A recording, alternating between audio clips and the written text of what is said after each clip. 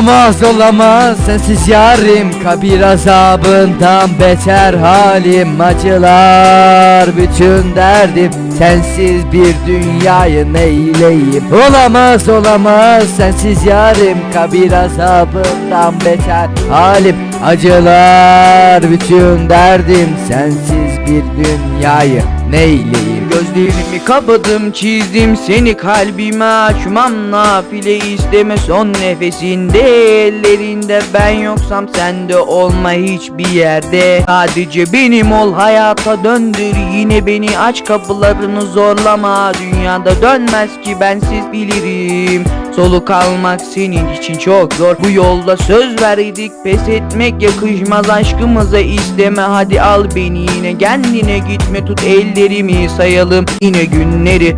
Işığınım ben seni, zor dilindin tüm bu kalbi, yalnız kalmam bilirim. Zor sensiz, elimde kalemim, her şeyimi yazdım yine sensiz. Olamaz olamaz sensiz yarim, kabir azabından beter halim, acılar bütün derdim, sensiz bir dünyayı neyleyim. Olamaz olamaz sensiz yarim, kabir azabından beter halim, acılar bütün derdim, sensiz bir dünyayı neyleyim.